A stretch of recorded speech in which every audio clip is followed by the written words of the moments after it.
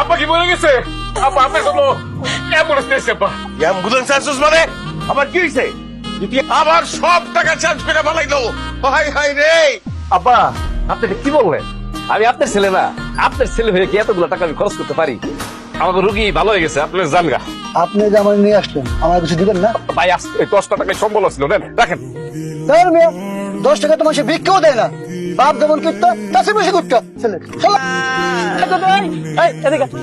কি টাকাটা কি করো কেন? এই জঙ্গলের মধ্যে তুমি কি করতেছো? জঙ্গলের মধ্যে কি করে মানুষ? প্রকৃতির হাওয়া খেতে। এই যে এই বাবু এদিকে আস, তোর আমি দেখছি। তোকে বাড়িতে কি টয়লেট নাই? থাকবো না কেন, আছে? তবে এই জঙ্গলে পায়খানা করছ তোকে তো দেখতেছি এই সমাজ থেকে বাইর করে দেওয়া লাগবে। টয়লেটের টাঙ্কি যে বারবার পরিষ্কার করন লাগে, এটা টাকা দিব কি তুমি দিবা?